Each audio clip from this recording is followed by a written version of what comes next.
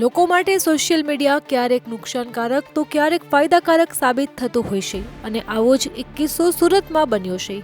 રાંદેર પોલીસને રોકડા 2,69,000 લટકાવેલી થેલી સાથે બિનવારસી હાલતમાં એક બાઇક મળી આવી હતી। પોલીસે બાઇકના નંબરના આધારે તેના મૂળ માલિક હીરાના કારખાનામાં મેનેજરને શોધીને પરત કરી હતી।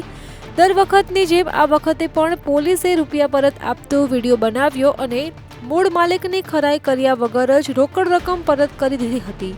તો આ ઘટનાના થોડા દિવસ પહેલા જ મેનેજરના મકાન માલિકના ઘરમાં ચોરી થઈ હતી અને તેની ફરિયાદ પણ નોંધાઈ હતી।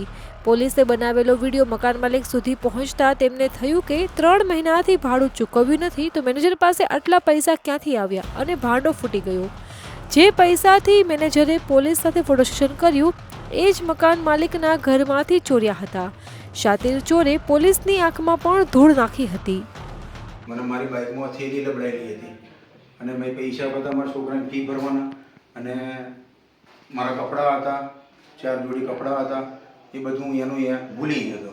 પછી મને કતારગામ પોલીસ સ્ટેશનમાંથી ફોન આવ્યો હતો, એટલે ઘરે આવ્યા હતા મારા ઘરે। 70,000 થેન્ક યુ। તમારી બાઇક છે લઈ જજો, બરાબર? અમારી તમામ માહિતીથી અપડેટેડ રહેવા માટે જોડાયેલા રહો ત્રિશુલ ન્યૂઝ સાથે।